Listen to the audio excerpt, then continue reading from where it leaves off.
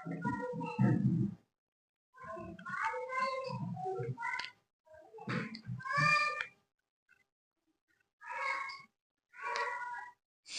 Biology के topic में cell के जो दूसरे सेल ऑर्गेनेल हैं, कोशिका अंग हैं, आज उनके बारे में हम बात करेंगे। और जैसा कि मैंने आपको पहले बताया कि सेल क्या है, एक स्पेस जो टू कवर है ना, जो एक कवर के रूप में प्रोटेक्ट या प्रोटेक्शन का वर्क करता है।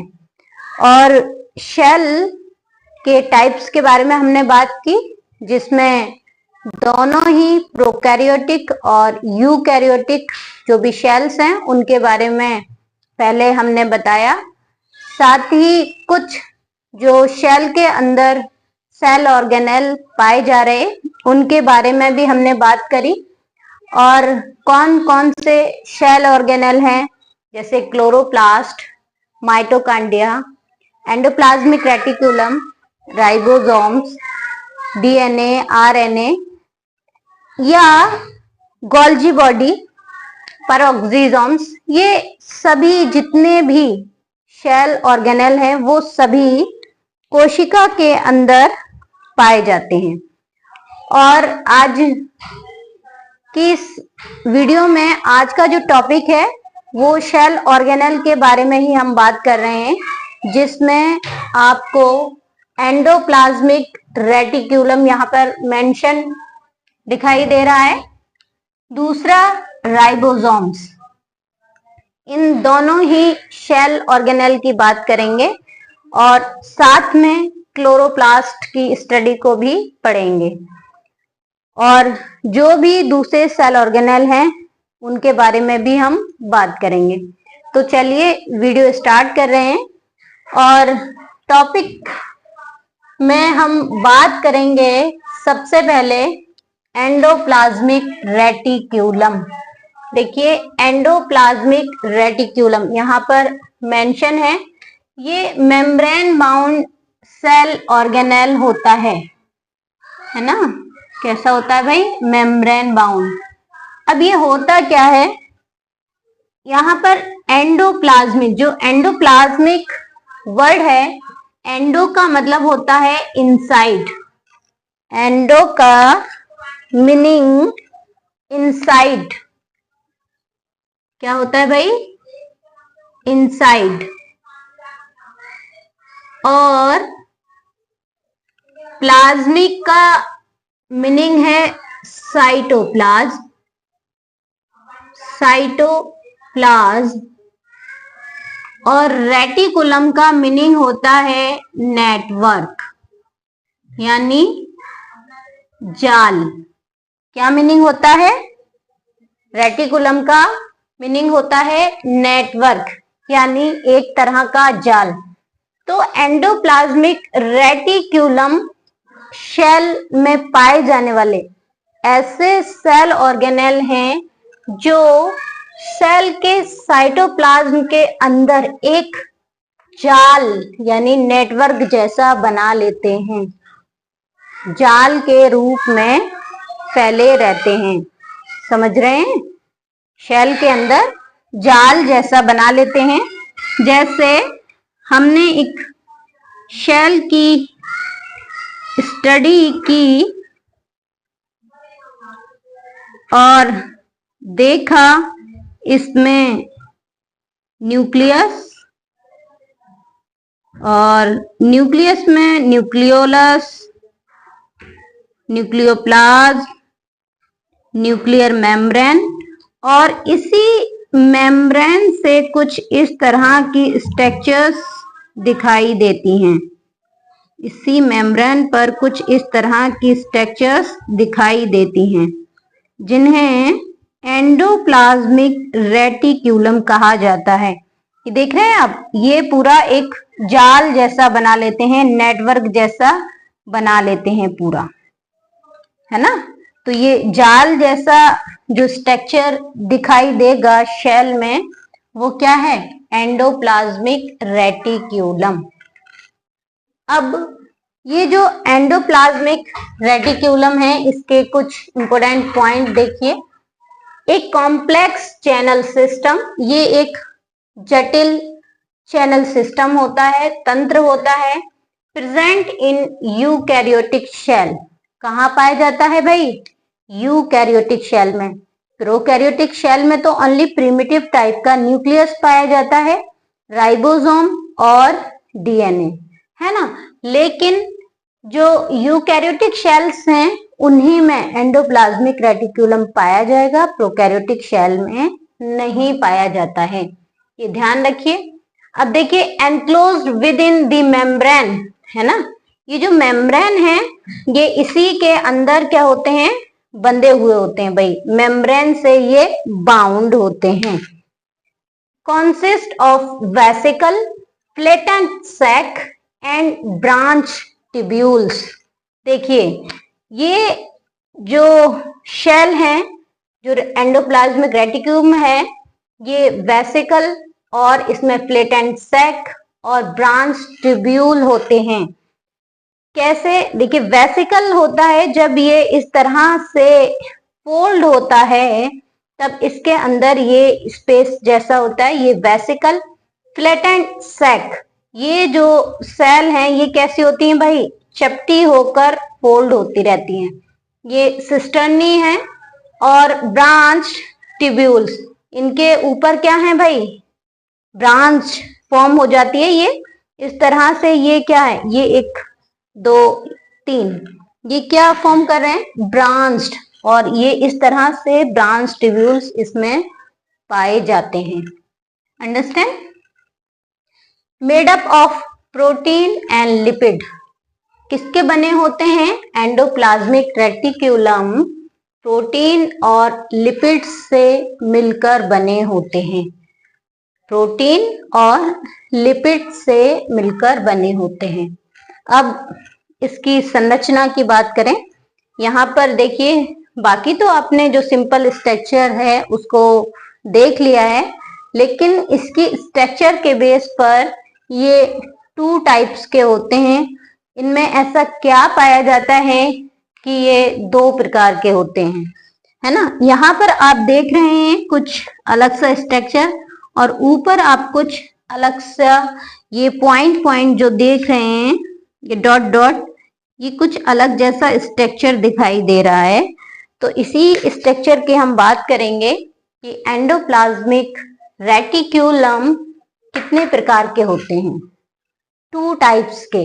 यहाँ पर स्ट्रक्चर्स में हम बात करें तो एंडोप्लाज्मिक रेटिक्यूलम 2 प्रकार के होते हैं।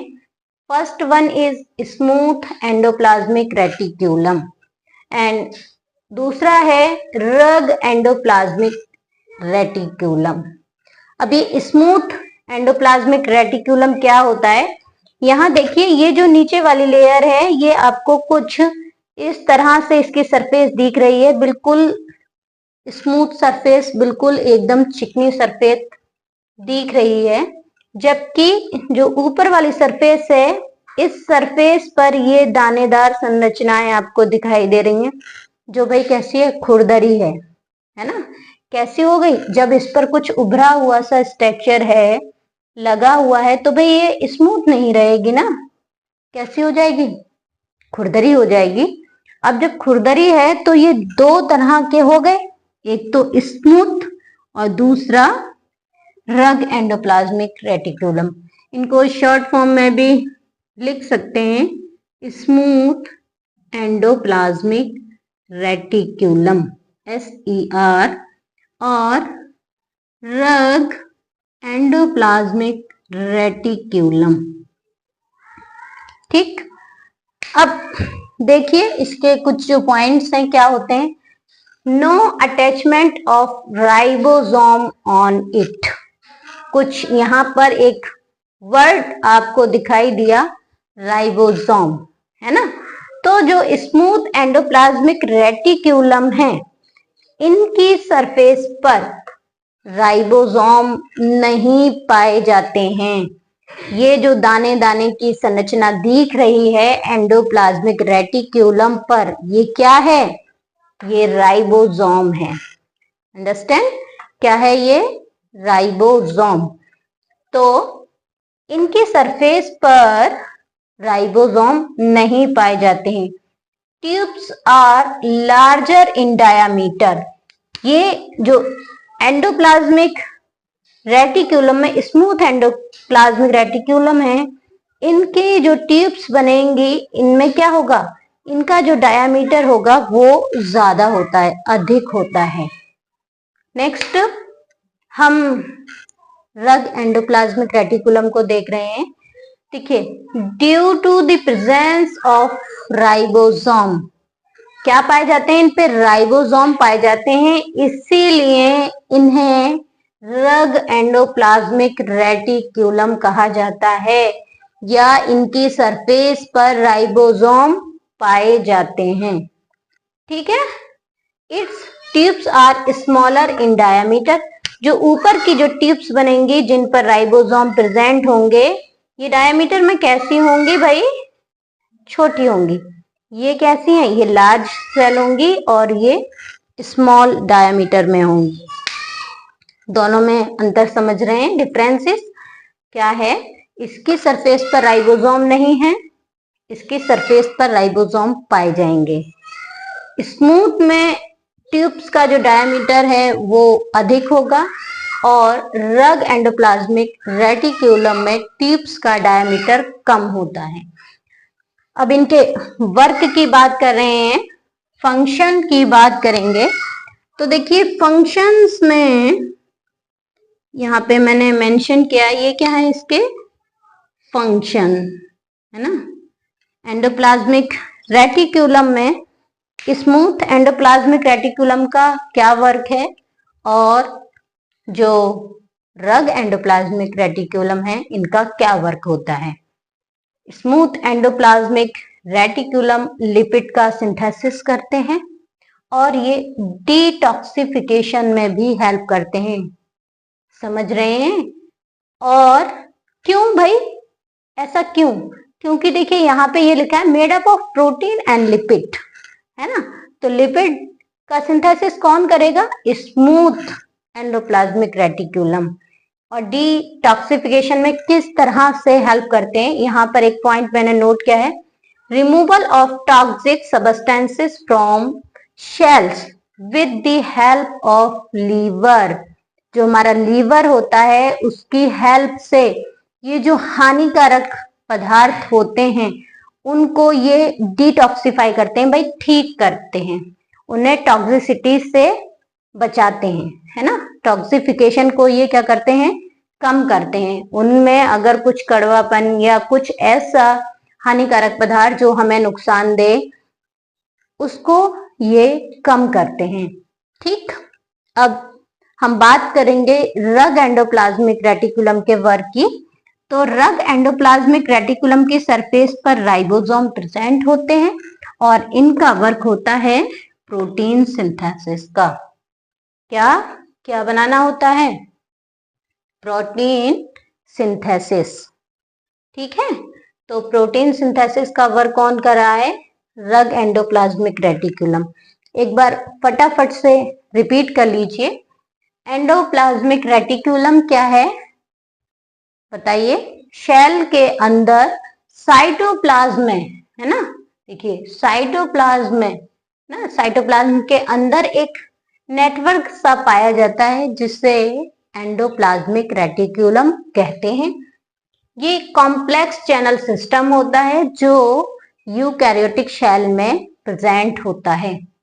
इसमें क्या होती है? ये मेम्ब्रेन के अंदर ही पाया जाता है। कॉन्सिस्ट किस किस से बना होता है? Vesicles, flattened sac and branch tubule, इन सभी से मिलकर ये बना होता है। Made up of protein and lipid, क्या है इसमें? प्रोटीन और लिपिड, ये जो तीन हैं ये इसमें पाए जाते हैं भाई एंडोप्लाज्मिक रेटिकुलम में, और प्रोटीन और लिपिड से ये मिलकर बना होता है। स्ट्रक्चर की अगर हम बात करें तो राइबोसोम के बेस पर ये बेसिक जो स्ट्रक्चर है दो तरह के होते हैं, स्मूथ और रग endoplasmic reticulum. Smooth endoplasmic reticulum में राइबोसोम सरफेस पर अटैच नहीं होते और रग एंडोप्लाज्मिक रेटिकुलम में राइबोसोम सरफेस पर अटैच होते हैं। इसमें जो टिप्स होती हैं स्मूथ एंडोप्लाज्मिक रेटिकुलम में, ये लार्ज डायमीटर की होते हैं और रग एंडोप्लाज्मिक रेटिकुलम में ट्यूब्स स्मॉलर डायमीटर की होती हैं।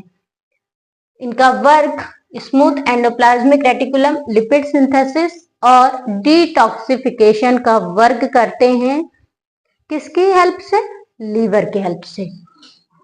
नेक्स्ट, प्रोटीन सिंथेसिस का वर्क कौन करते हैं? रग एंडोप्लाज्मिक रेटिकुलम, क्योंकि इनके सरफेस पर क्या है भाई? राइबोसोम पाए जाएंगे। अब ये कहां पर मिलेंगे शेल में? देखिए, जब ये न्यूक्लियस के जो करीब वाले होते हैं वो कैसे होते हैं? Smooth walled. वो कैसे होते हैं? स्मूथ वॉल्ड, है ना। पास में कौन से पाए जाएंगे? Smooth walled. और न्यूक्लियस से दूरी पर कौन पाए जाएंगे भाई? रग एंडोप्लाज्मिक रेटिकुलम। समझ गए? कुछ क्वेश्चन हो तो पूछ लीजिए और वीडियो को लाइक कीजिए और चैनल को भी सब्सक्राइब करते रहिए। अगर कोई बात समझ में नहीं आती है तो आप हमें कमेंट में जरूर बताइएगा। अब दूसरे शेल में पाए जाने वाले कुछ दानेदार संरचनाएं होती हैं जिन्हें राइबोसोम कहा जाता है। जो छोटे पार्टिकल होते हैं, ग्रेन्यूल होते हैं, इनको देखते हैं और ये किस तरह के होते हैं, कैसे होते हैं, ये भी हम बात करेंगे। तो चलिए राइबोसोम की बात कर रहे हैं। और राइबोसोम क्या है? देखिए, राइबोसोम नॉन मेम्ब्रेन ऑर्गेनेल है भाई। इनके चारों ओर क्या है? वॉल। लेकिन आपने न्यूक्लियस भी पढ़ा भाई, इसके चारों ओर भी वॉल है। आपने माइटोकॉन्ड्रिया को भी स्टडी किया, डबल मेम्ब्रेन बाउंड है। न्यूक्लियस भी डबल मेम्ब्रेन बाउंड है और एंडोप्लाज्मिक रेटिकुलम भी मेम्ब्रेन बाउंड है।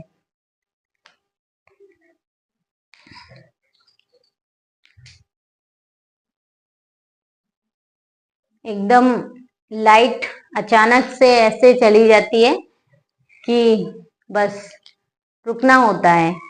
तो चलिए अभी हम बात करेंगे दूसरे शेल ऑर्गेनेल राइबोसोम की, जो कैसे होते हैं? Non membrane bound cell organelle होते हैं भाई। इनके चारों ओर मेम्ब्रेन नहीं होती है। ठीक है। दूसरा पॉइंट देखिए, माइक्रोग्रेन्यूल माइन्यूट पार्टिकल के नाम से भी इन्हें जाता है। ये कैसे होते हैं? साइज में छोटे होते हैं, है ना, माइन्यूट होते हैं। Consist of RNA and DNA. किससे मिलकर बने होते हैं? आरएनए एंड प्रोटीन, डीएनए नहीं, प्रोटीन, है ना। राइबो न्यूक्लिक एसिड से और प्रोटीन से मिलकर बने होते हैं। नेक्स्ट है प्रेजेंस। कहां पर पाए जाते हैं? अभी अभी आपने पढ़ा एंडोप्लाज्मिक रेटिकुलम की सरफेस पर, है ना। और कौन सा? रग एंडोप्लाज्मिक रेटिकुलम की सरफेस पर। तो प्रेजेंस कहां कहां पर है? देखिए, upper layer of endoplasmic reticulum. Endoplasmic reticulum की अपर सरफेस पर। भाई ये ऊपर वाली सरफेस पर ही तो प्रेजेंट है ना। दानेदार जो स्ट्रक्चर हैं वो कहां पर हैं? Upper layer of endoplasmic reticulum की सरफेस पर कौन प्रेजेंट होते हैं? राइबोसोम्स। और कहां पर मिलते हैं ये देखिए, माइटोकॉन्ड्रिया में और क्लोरोप्लास्ट में भी राइबोसोम प्रेजेंट होते हैं। अब जो टर्म राइबोसोम है वो किसने दिया? ऐसे कौन से साइंटिस्ट थे जिन्होंने टर्म राइबोसोम को दिया? तो टर्म राइबोसोम हार्वर्ड एम डेंटिस। किसके? हार्वर्ड एम डेंटिस। इसके द्वारा टर्म, केवल टर्म दिया, केवल इन्होंने ये टर्म दिया भाई, राइबोसोम इन्होंने टर्म दिया, लेकिन इसकी डिस्कवरी, इसकी खोज किसने की? राइबोसोम की खोज George Emil Palade, George Emil Palade. ये जो प्लैट हैं, इन्होंने इनकी खोज की राइबोसोम की, और इन्हीं के नाम पर राइबोसोम को प्लैट ग्रेन्यूल भी कहा जाता है। क्या कहा जाता है भाई? प्लैट ग्रेन्यूल्स भी कहा जाता है। अब इनके हम टाइप की बात करें तो कितने टाइप्स के राइबोसोम होते हैं? बहुत ही कॉमन है। और ये कितने टाइप के राइबोसोम हैं? राइबोसोम्स 2 टाइप्स के होते हैं। कितने टाइप के होते हैं? 2 टाइप्स के, 70S राइबोसोम और 80S राइबोसोम्स। 70S और 80S कैसे होते हैं भाई? देखिए, जो राइबोसोम हैं ये 2 सब यूनिट से मिलकर बने होते हैं, 2 सब यूनिट से मिलकर बने होते हैं। जैसे एक यूनिट आप ये देख रहे हैं, दूसरी यूनिट आप ये देख रहे हैं, है ना? ये 2 सब यूनिट से मिलकर बने होते हैं। अब ये 70S और 80S कैसे हैं? इसमें जो एक यूनिट होती है वो साइज में बड़ी होती है, जिसे लार्ज यूनिट कहते हैं, है ना? और जो दूसरी यूनिट है वो है स्मॉल, साइज में कैसी होगी? छोटी होगी, इसीलिए इसे स्मॉल सब यूनिट कहा जाता है। तो अब ये बात तो समझ में आ गई कि जो राइबोसोम है वो 2 सब यूनिट से मिलकर बने होते हैं, और इनमें एक लार्ज सब यूनिट होती है और एक स्मॉल सब यूनिट होती है। लेकिन 70S और 80S राइबोसोम में स्मॉल यूनिट कितने की बनी होती है, और जो लार्ज यूनिट है वो भी कितने S की बनी होती है, ये हम यहाँ पे देख रहे हैं। देखिए, दोनों ही जगह मैंने मेंशन किया है। जो 70S राइबोसोम है ये कैसे भाई? इनमें जो लार्ज सब यूनिट है, देखिए यहाँ पे मैंने लिखा है लार्ज सब यूनिट, है ना? जो 70S राइबोसोम है इनमें लार्ज सब यूनिट 50S होती है और स्मॉल यूनिट 30S होती है। कितनी? 30S होती है। जो 50S है इसमें 5RNA, क्या? R, यहाँ पे देखिए डबल R है, RNA, राइबोसोमल RNA है। क्या है? Ribosomal RNA। 23S RNA and 34 protein molecule से ये जो लार्ज सब यूनिट है बनी होती है।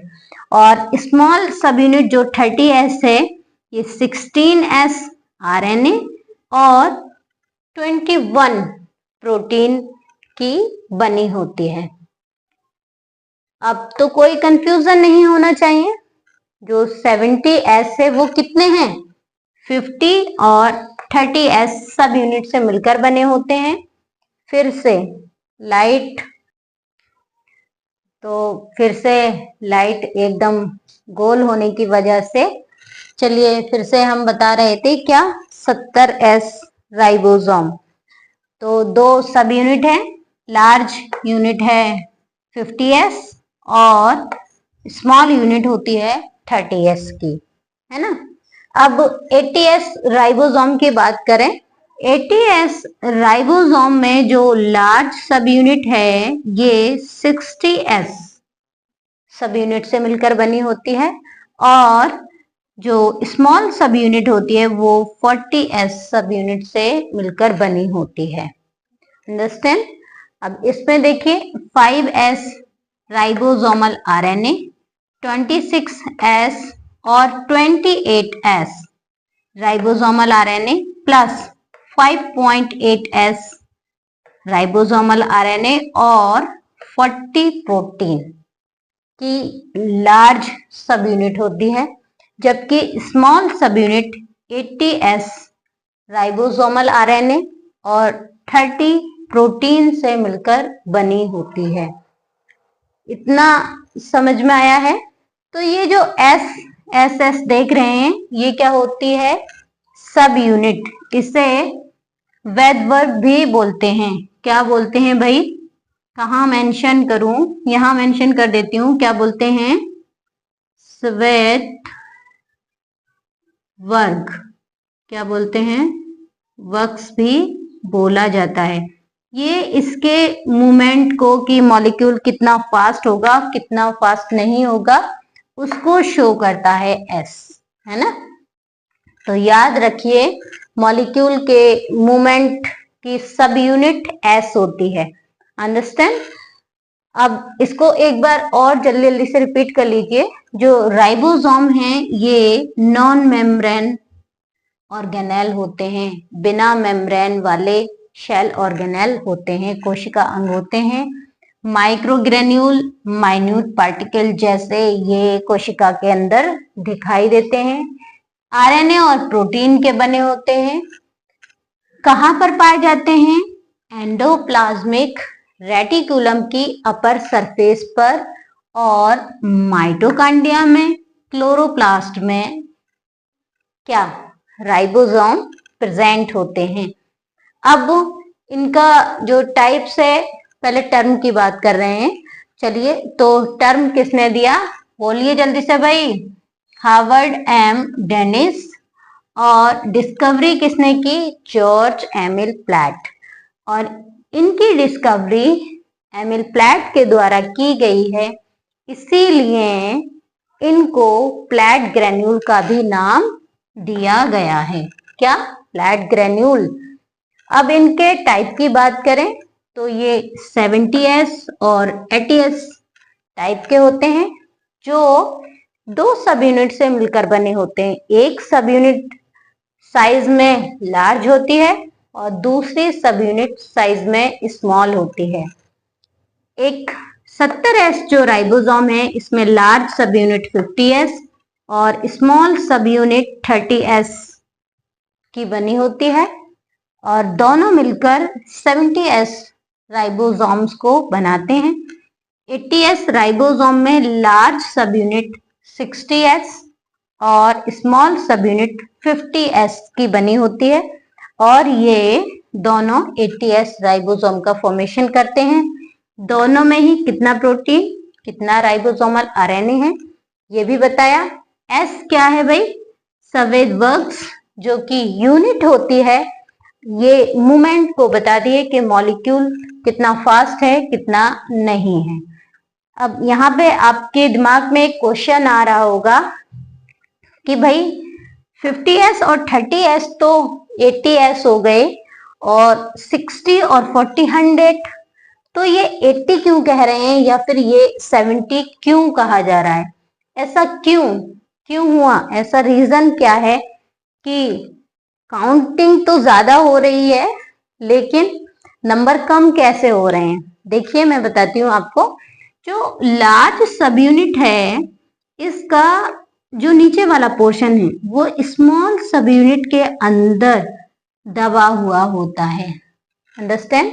इसीलिए ये 70s के, ऐसे ही 80s में भी लार्ज सब यूनिट का कुछ भाग स्मॉल सब यूनिट से दबा हुआ होता है।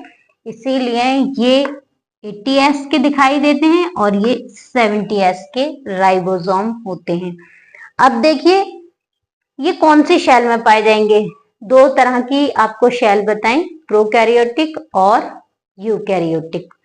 तो जो 70s राइबोसोम है, ये ओनली प्रोकैरियोटिक शेल में ही प्रेजेंट होते हैं। कहाँ प्रेजेंट होते हैं? प्रोकैरियोटिक शेल में।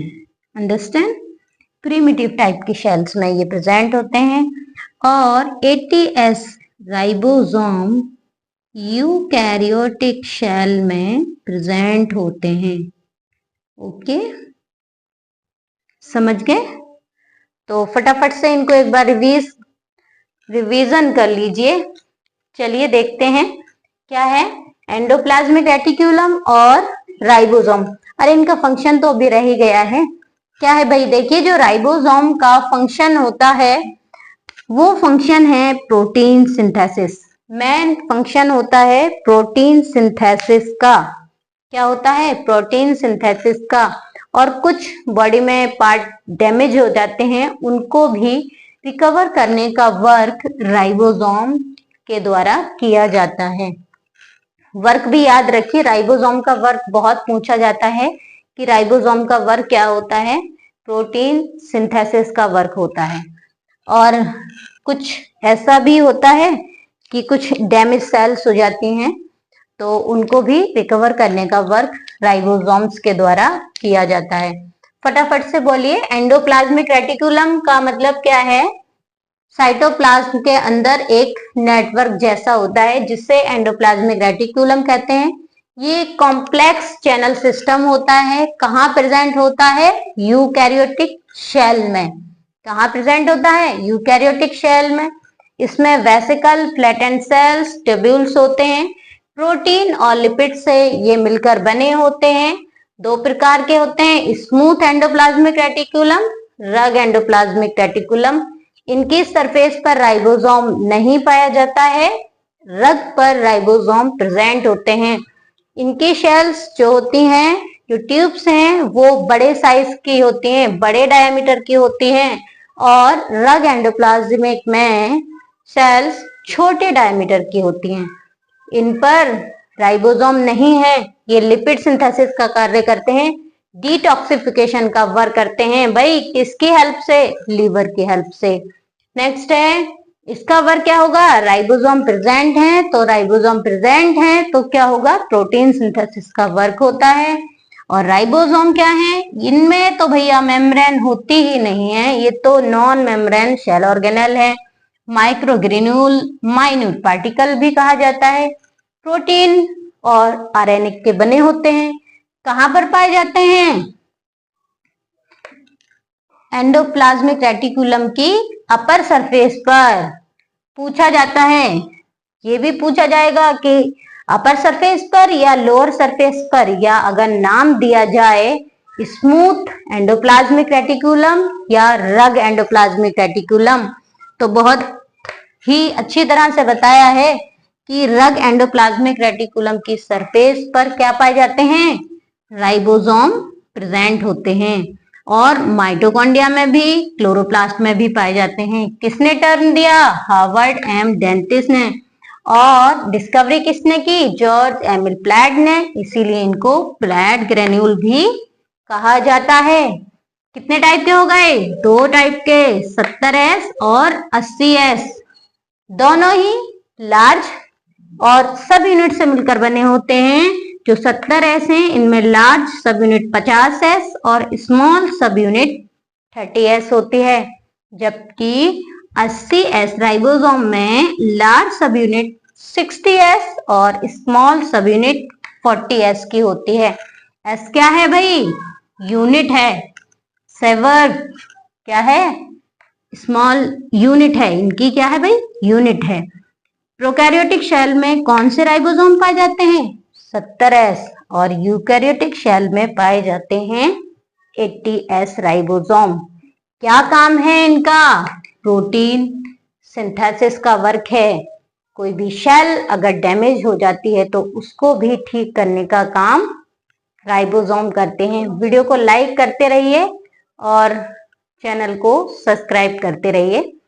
और अभी रुके रहिए, अभी और पढ़ाएंगे।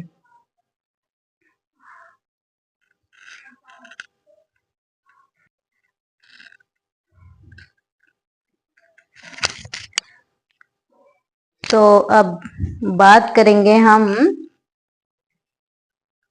दूसरे शेल ऑर्गेनल की। इसको रब कर देते हैं पहले। बाकी टाइम आप अपनी स्टडी को कंटिन्यू रखिए, और अगर कुछ समझ में ना आया हो तो उसको बता सकते हैं, या बाद में भी आप पूछ सकते हैं, कमेंट में भी आप पूछ सकते हैं। तो शेल ऑर्गेनेल में आप जो भी पढ़ रहे हैं इसको लिखने का तरीका भी हम बताएंगे, किस तरह से आपको लिखना है, क्या करना है, क्योंकि इस बार का जो एग्जाम का पैटर्न है वो कैसा है, आपका रिटन एग्जाम होगा। मल्टीपल चॉइस क्वेश्चंस तो आपके इवन सेमेस्टर में है, लेकिन ऑड सेमेस्टर में क्या है, आपका रिटन एग्जाम है। रब करते करते ये ब्लैक जरूर हो जाता है। चलिए तो फिर थोड़ा और इसको साफ किया जाए, क्योंकि ऐसे तो लेटर्स आपको साफ दिखाई भी नहीं देंगे। तो कोई क्वेश्चन अगर आपकी समझ में आता है या कुछ पूछना हो तो आप कमेंट में जरूर बताइएगा। और लिखने के लिए जैसे जैसे रिवाइज करते हैं, आप अपनी लैंग्वेज में अगर नोट करेंगे सिंपल और सरल, बिल्कुल, तब आप उसको पढ़ने में भी इजी पाएंगे। बहुत ही, जब आप उसको याद करेंगे तो लगेगा कि कोई मेहनत ही नहीं की है, बिल्कुल आसानी से आपका वर्क कंप्लीट हो जाएगा। तो शेल ऑर्गेनेल की बात हो रही है, जिसमें अभी हमने एंडोप्लाज्मिक रेटिक्यूलम को और क्लोरोप्लास्ट नहीं, राइबोसोम की स्टडी की। तो अब जो नेक्स्ट सेल ऑर्गेनेल है, क्यों परेशान कर रहे हो भाई, जो नेक्स्ट सेल ऑर्गेनेल है जिसे क्लोरोप्लास्ट कहते हैं। अब इसकी बात करते हैं कि भाई ये क्लोरोप्लास्ट क्या है। क्लोरोप्लास्ट है ना, एक्चुअली में ये क्लोरोप्लास्ट क्या है इसको बताएंगे। जो क्लोरोप्लास्ट है इसके बारे में अगर बात करें तो बहुत सारे साइंटिस्ट हुए, किसी ने टर्म क्लोरोप्लास्ट किया, किसी ने डिस्कवरी की, किसी ने इसकी फंक्शनल स्टडी के बारे में बताया, डिफरेंट डिफरेंट टाइप से इसके बारे में बताया। एक मिनट रुकिए, थोड़ा कॉल देख लेती हूँ, एक सेकंड रुकिए आप, और अभी आपसे बात होगी, बस एक सेकंड, थोड़ा सा टाइम दीजिए। और आपसे अभी बात कर रहे हैं कि क्या चलेगा, ऐसे टाइम पर कॉल आना बड़ा ही ज़रूरी होता है और काफ़ी टाइम से। चलिए अभी हम आपसे बात कर रहे हैं, बस एक मिनट, और क्या है चलिए देखते हैं। तो क्लोरोप्लास्ट की बात कर रहे हैं और फिर चलिए बाद में देखते हैं। तो जो क्लोरोप्लास्ट है इसका मीनिंग क्या है, ये जो भाई क्लोरोप्लास्ट है ये दो वर्ड से मिलकर बना है। किससे, क्लोरस और दूसरा प्लास्ट, क्लोरस और प्लास्ट से मिलकर बना है। ये दोनों ही कैसे वर्ड हैं, ग्रीक, कैसे वर्ड हैं, दोनों ही ग्रीक वर्ड हैं। तो जो क्लोरो दो शब्दों से मिलकर बना है, क्लोरस और प्लास्ट। क्लोरस का मतलब होता है भाई ग्रीन, क्या होता है, ग्रीन।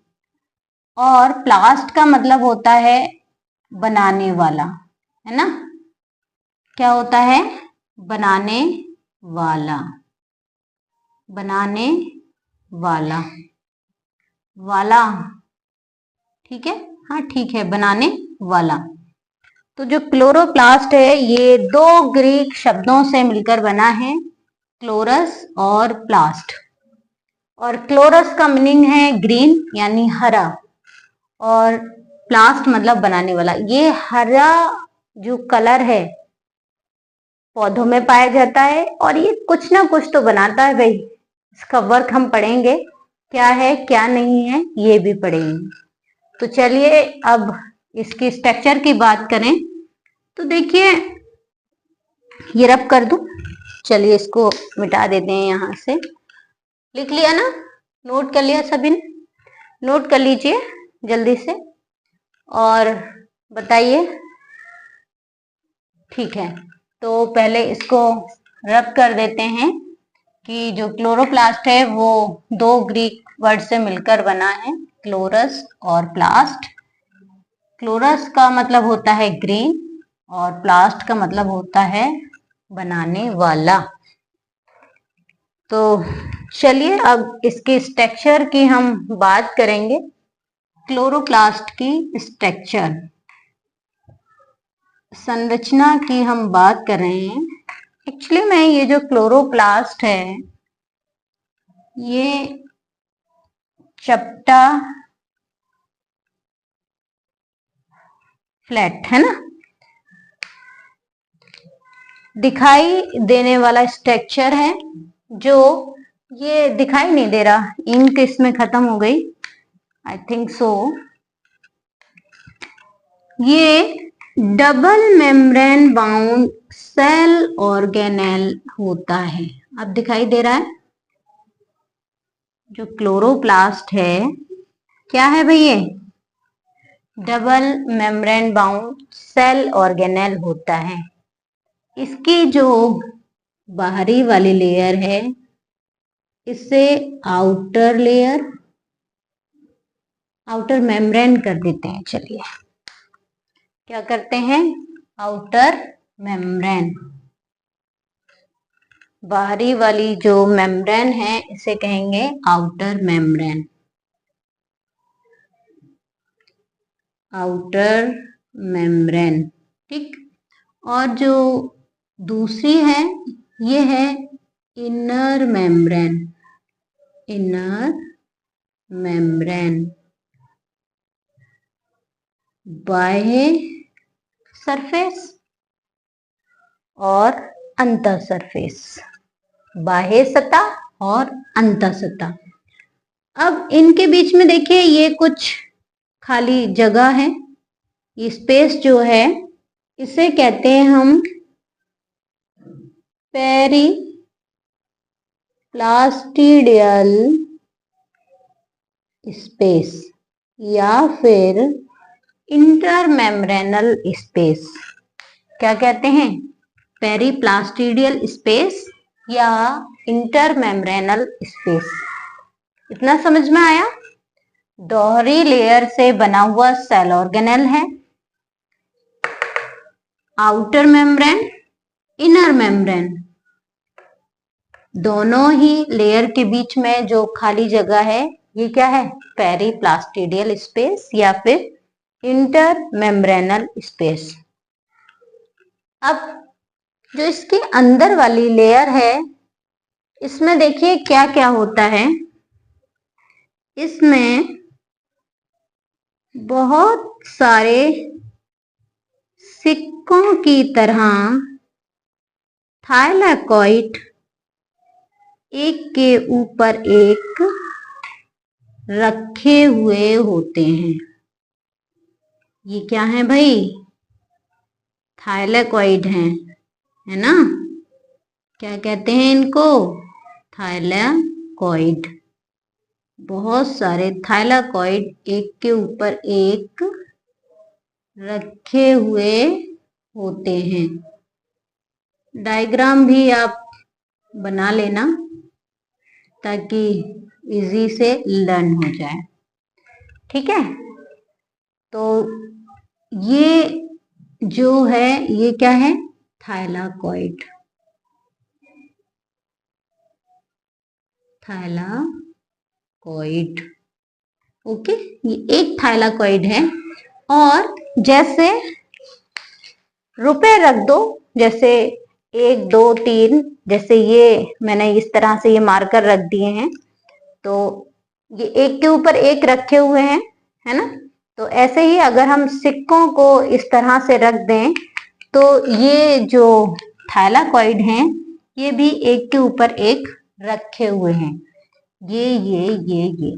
तो जैसे एक के ऊपर एक आप सिक्का रखते हैं, इसी तरह से एक के ऊपर एक जब थाइलाकॉइड रखा हुआ होता है तो ये एक स्ट्रक्चर की फॉर्मेशन करते हैं, जिसे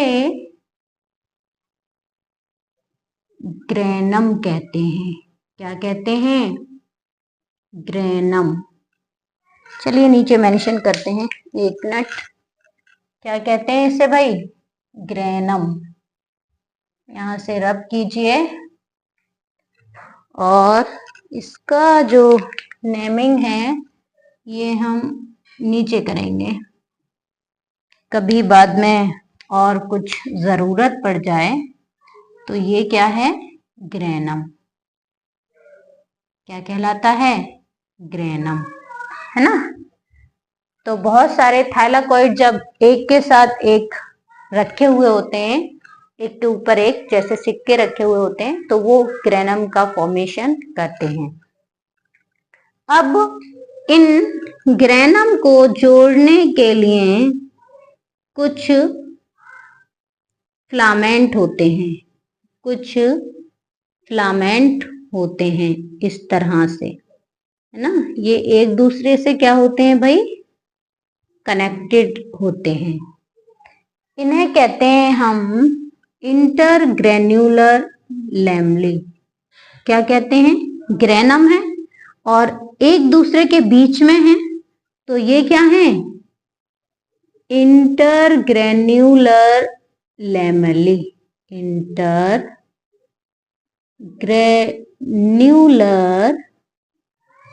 लैमेली। Okay, intergranular lamellae. याद आ गया क्या है? ये कुछ लंबे लंबे स्ट्रक्चर पाए जाते हैं जिन्हें इंटरग्रेन्युलर लैमेली कहा जाता है। अब इसी सरफेस में बहुत सारा लिक्विड भरा रहता है। क्या भरा रहता है? लिक्विड भरा रहता है। ये जो लिक्विड है इसे क्या कहा जाता है भाई? ये जो मैट्रिक्स आप देख रहे हैं ये क्या है? सब स्ट्रोमा कहलाता है। क्या कहलाएगा ये? स्ट्रोमा। यहां मेंशन कर दूं, क्या है? स्ट्रोमा।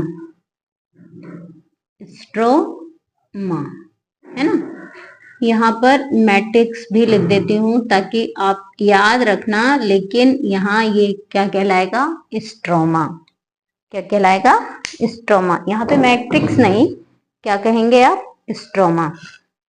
अब कुछ ऐसे भी फिलामेंट होते हैं जो इस स्ट्रोमा में फ्री रहते हैं, जो इस स्ट्रोमा में भी फ्री रहते हैं।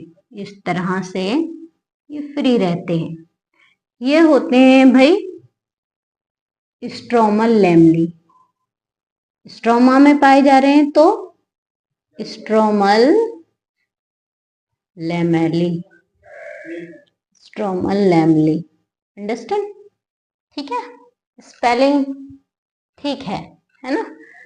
तो स्ट्रोमल लैमेली स्ट्रोमा में फ्री रहते हैं और जो इंटरग्रेन्युलर लैमेली हैं वो एक दूसरे से ग्रेनम को कनेक्ट रखते हैं।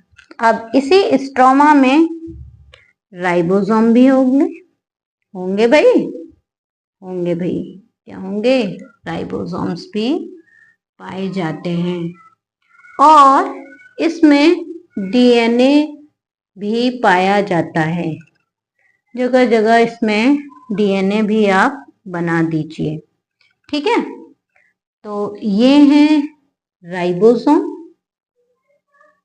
राइबोसोम और ये है आपका डीएनए। डीएनए की फुल फॉर्म क्या है? डीऑक्सी राइबो न्यूक्लिक एसिड, है ना। और आरएनए की राइबो न्यूक्लिक एसिड। इतना समझ में आया है? ठीक। अब इनमें क्या है, ये जो ग्रेनम होते हैं, ये जो ग्रेनम है, इनमें फोटोसिंथेसिस की लाइट रिएक्शन होती है। कौन सी भाई? फोटोसिंथेसिस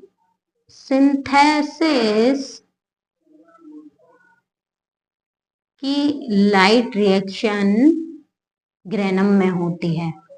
समझे? ग्रेनम में प्रकाश संश्लेषण की क्रिया होती है। प्रकाश संश्लेषण की क्रिया होती है और ये जो क्रिया है वो लाइट वाली है, प्रकाश की उपस्थिति वाली है। इसीलिए ग्रेनम को site of light reaction, site of light reaction भी कहा जाता है। समझ गए? साइट ऑफ लाइट रिएक्शन किसे कहा जाएगा? ग्रेनम को, है ना। और ये ग्रेनम किससे मिलकर बने हैं? थाइलाकॉइड से। माना अगर हम एक थाइलाकॉइड की स्ट्रक्चर कुछ इस तरह से दिखाई देगी, इनकी सरफेस पर क्या पाए जाते हैं? 230 डीएनए मॉलिक्यूल। कितने? 230 डीएनए ने क्लोरोफिल, है ना। 230 डीएनए नहीं भाई, क्या पाया जाएगा? क्लोरोफिल। क्लोरोप्लास्ट पढ़ रहे हैं तो थाइलाकॉइड में क्या प्रेजेंट होता है भाई? Chlorophyll molecule. एक थाइलाकॉइड, ये क्या है भाई? एक थाइलाकॉइड की स्ट्रक्चर है और एक थाइलाकॉइड में 230 क्लोरोफिल के मॉलिक्यूल होते हैं। याद रखना, इसीलिए इसको मेंशन भी कर लेना।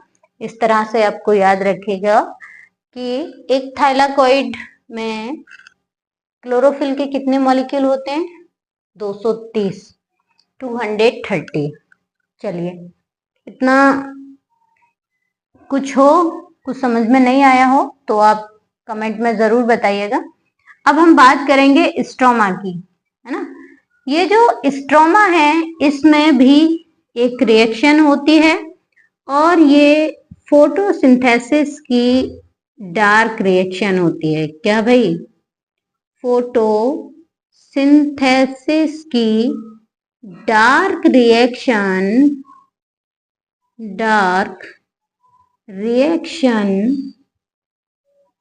स्ट्रोमा में होती है। डार्क रिएक्शन स्ट्रोमा में होती है, इसीलिए स्ट्रोमा को साइट ऑफ डार्क रिएक्शन कहा जाता है। साइट ऑफ डार्क रिएक्शन कहा जाता है। समझ गए? फ्लैट जूते की तरह, चप्पल की तरह ये जो स्ट्रक्चर आप देख रहे हैं ये क्लोरोप्लास्ट है और ये क्लोरोप्लास्ट की स्ट्रक्चर है। और स्ट्रक्चर को आप बहुत ही ध्यान से देखिए, सुनिए, समझिए और पढ़िए। क्या है? देखिए, इसमें एक पॉइंट और नोट कीजिए, इसमें राइबोसोम और डीएनए भी होता है, इसीलिए ये सेमी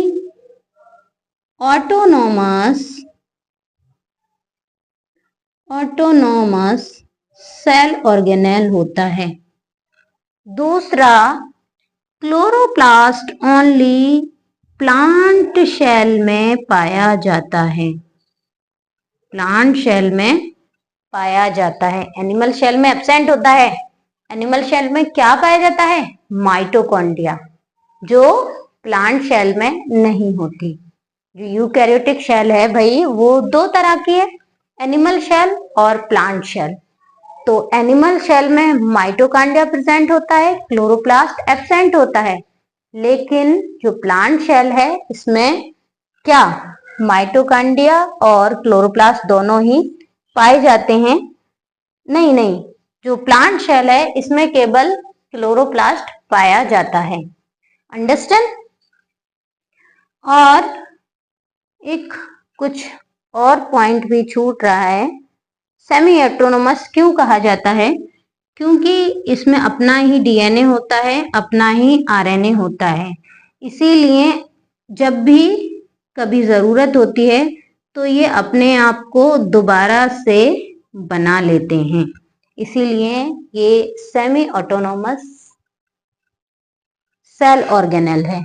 और ये लार्जेस्ट सेल ऑर्गेनेल है ना भाई? ये फर्स्ट लार्जेस्ट सेल ऑर्गेनेल होता है। समझ गए? दूसरा कौन है? माइटोकॉन्ड्रिया।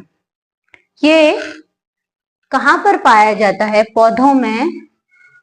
ये लीफ में पाई जाने वाली जो लीव्स होती हैं, इनमें पाई जाती हैं भाई मीजोफिल सेल्स, है ना?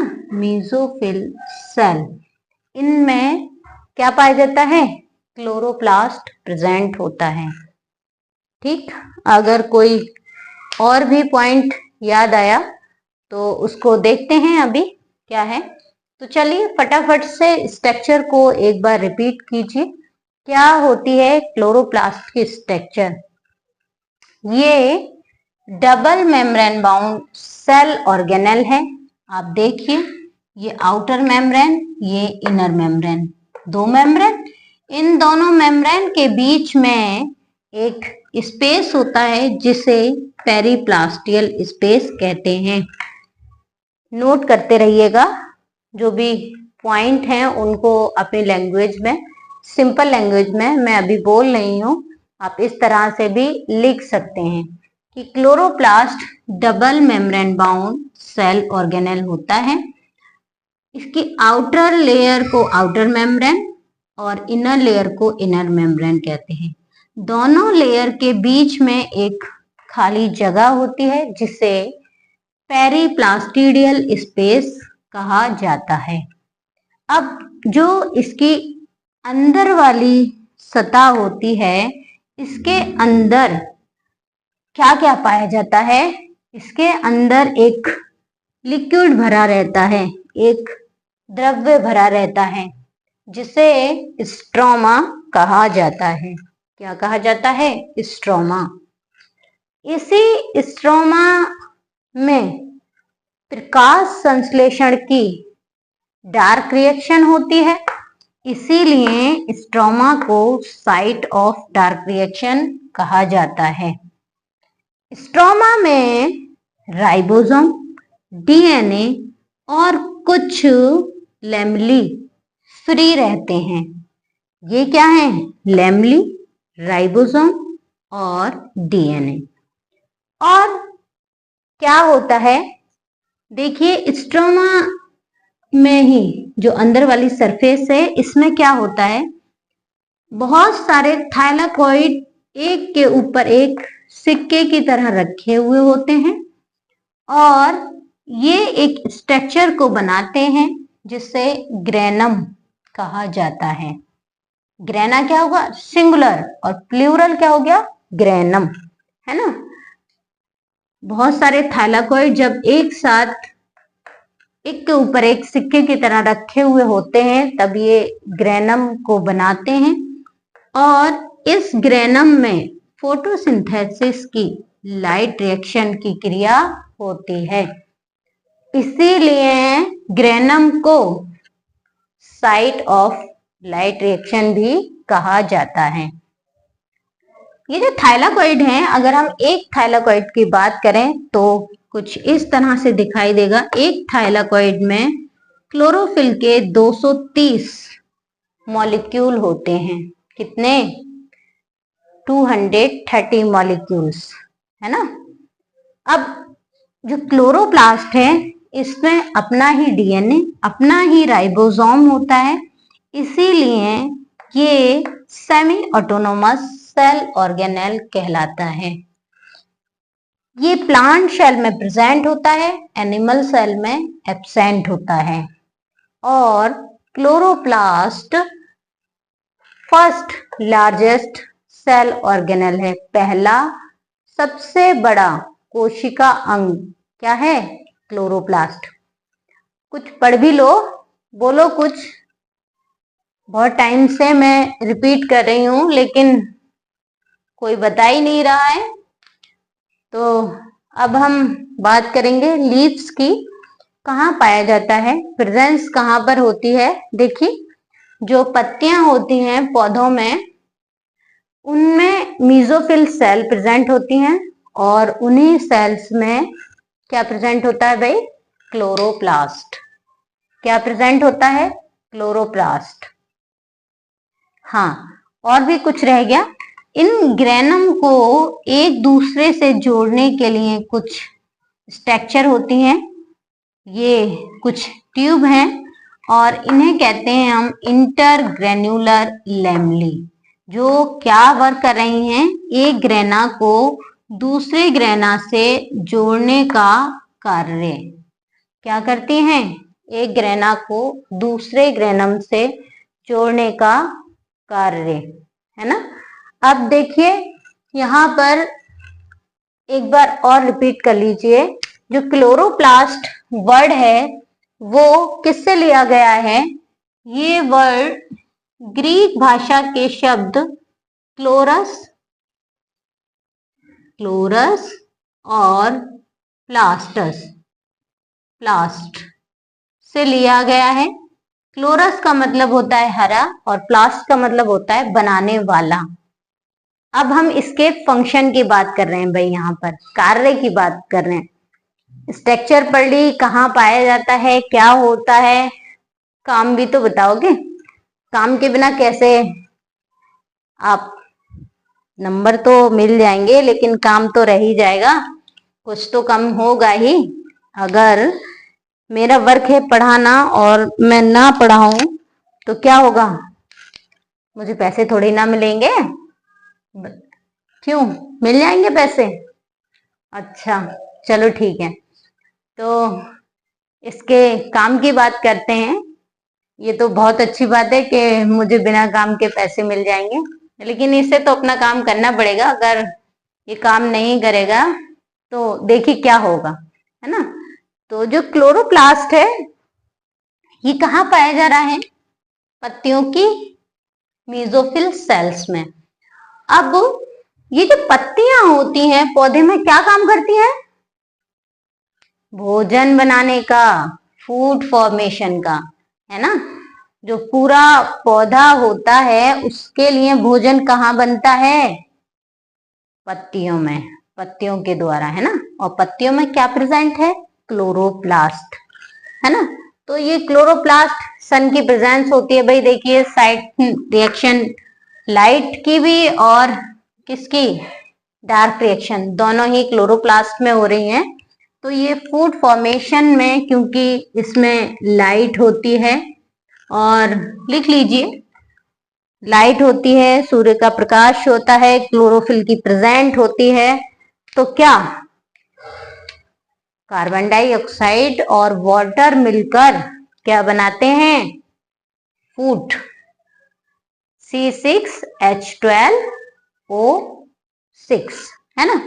फूड का फॉर्मेशन करते हैं। और साथ ही अब जब फूड बनता है तो देखिए, ये अपने जो पौधे होते हैं, जिस पौधे के लिए फूड बनाते हैं, उसको तो फूड मिल ही रहा है ना। और दूसरा काम होता है क्लोरोप्लास्ट का कलर देना। यहाँ पर क्या था मीनिंग क्लोरस का भाई? ग्रीन। क्या था? ग्रीन, है ना। तो ये पौधों को ग्रीन कलर प्रोवाइड करते हैं। याद रखिए ये इसका मेन फंक्शन है। पौधों का जो हरा रंग है वो किसके कारण होता है?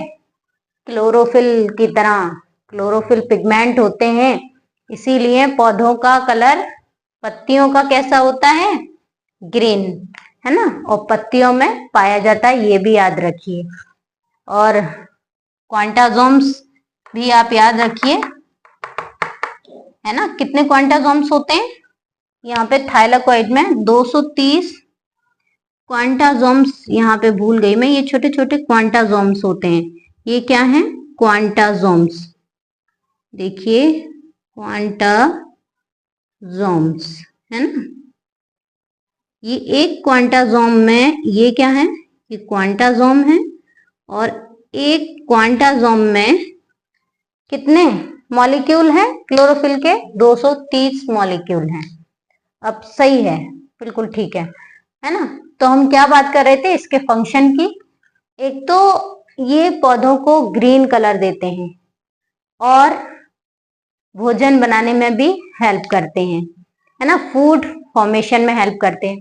पौधे के लिए तो ये फूड बनाने में हेल्प करते हैं, साथ ही देखिए जो एनिमल हैं, दूसरे एनिमल, है ना, जो हर्बीवोरस हैं, हम भी हैं, हम भी खाते हैं, तो हमारे लिए भी क्या, दूसरे एनिमल्स के लिए भी फूड प्रोवाइड करने में ये हेल्प करते हैं। ये बहुत कम बताते हैं, लेकिन मैं आपको बता रही हूं कि अपने लिए और दूसरों के लिए भी फूड ये बनाते हैं, है ना। सबसे मेन काम क्या है? ग्रीन कलर प्रोवाइड करना। दूसरा, फूड फॉर्मेशन में ये हेल्प करते हैं, क्योंकि क्लोरोफिल और वाटर, मिनरल्स, सनलाइट, सभी की जब प्रेजेंस होती है तो क्या होता है? प्रकाश संश्लेषण की क्रिया होती है, फोटोसिंथेसिस की क्रिया होती है, जो ग्रेनम में और स्ट्रोमा में होती है ना। लाइट होगी ग्रेनम में और डार्क होगी स्ट्रोमा में, जिसमें क्या बनेगा भाई? फूड बनेगा। ठीक, तो आप याद रखिए।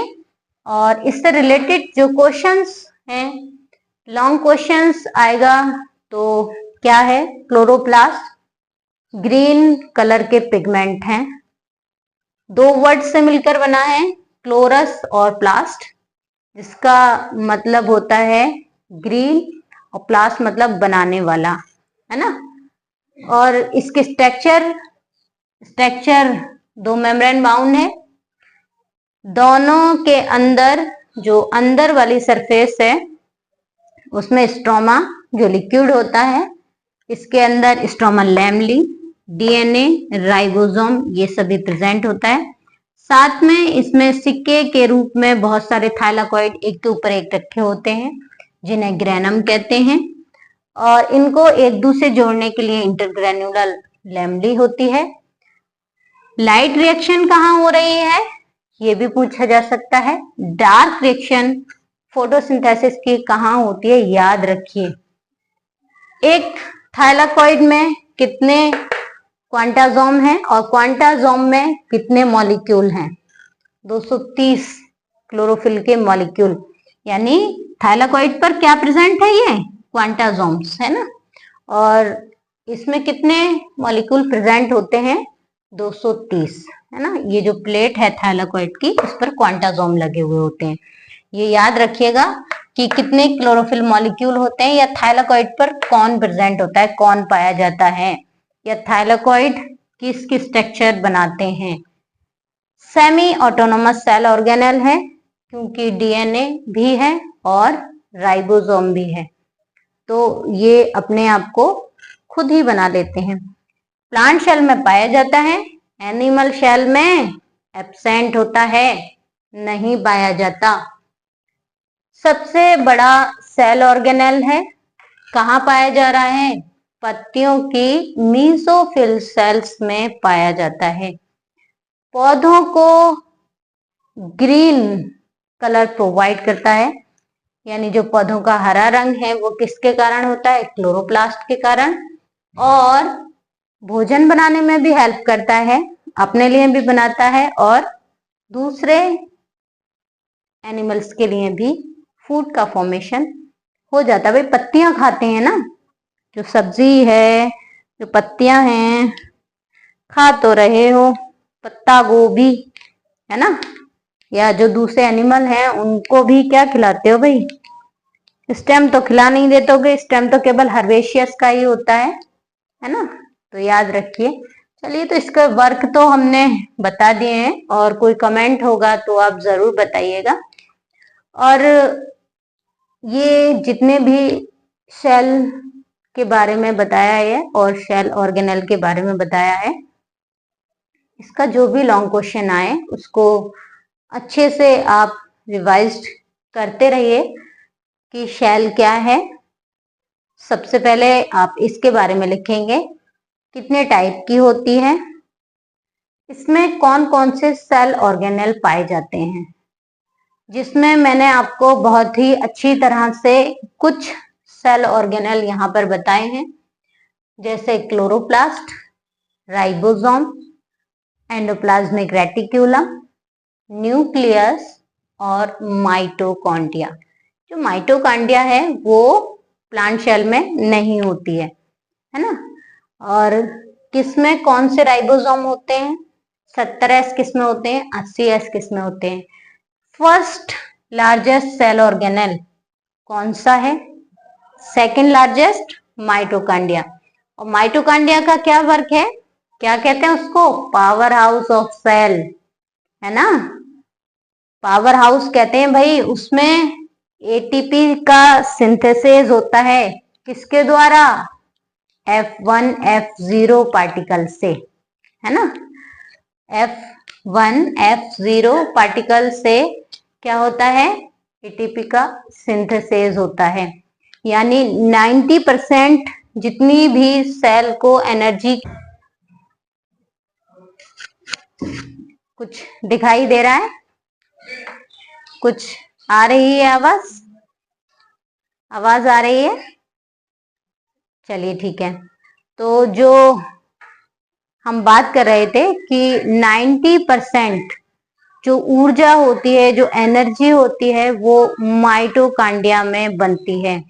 उसमें ऑक्सीजोम्स पाए जाते हैं, जो कहाँ पर प्रेजेंट होते हैं?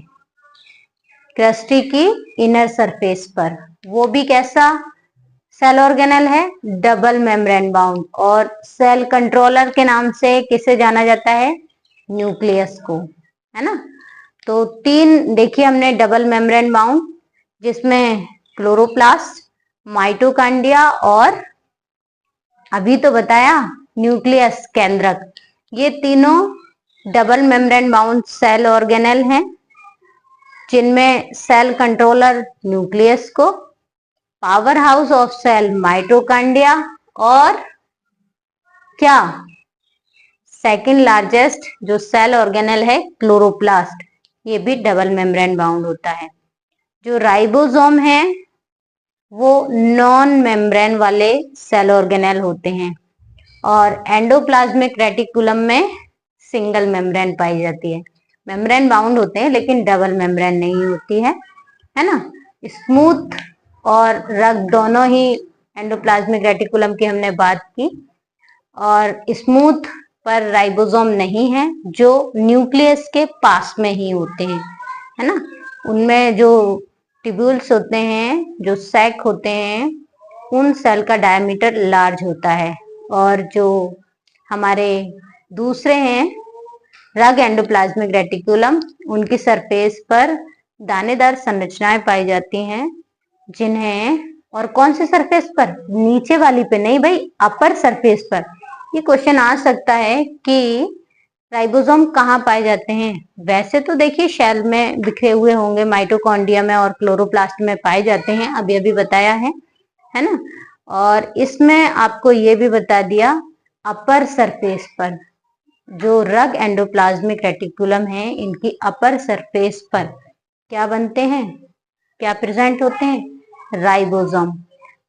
तो राइबोसोम है तो इनका वर्क प्रोटीन सिंथेसिस का होता है और दूसरों का लिपिड का और डिटॉक्सिफिकेशन का। माइटोकॉन्ड्रिया और क्लोरोप्लास्ट दोनों में ही अपना डीएनए, अपना राइबोसोम होता है, इसीलिए इन्हें क्या कहा जाता है? सेमी ऑटोनोमस सेल ऑर्गेनेल भी कहा जाता है। क्वांटासोम कहाँ पाए जाते हैं? थाइलाकॉइड से मिलकर क्या बना होता है? स्ट्रोमा को क्या कहते हैं? ग्रेनम को क्या कहते हैं? लाइट रिएक्शन कहाँ होती है? डार्क रिएक्शन कहाँ होती है? ये सभी याद रखिए। ग्रीन कलर पौधों को कौन देता है? किस में पाया जाता है? फूड किसके हेल्प से बनता है? ये सभी जितने भी क्वेश्चंस हैं, इनको लॉन्ग में, शॉर्ट में, ऑब्जेक्टिव्स में, जैसे भी आपका पेपर आए, इन सभी को बहुत ही अच्छी तरह से पूरे क्वेश्चंस को आप लॉन्ग से याद करिए। सफिशिएंट है, आप एग्जाम्स में अच्छे मार्क्स से पास हो। और ये आपका सेल बायोलॉजी का जो टॉपिक है वो ऑलमोस्ट कंप्लीट है।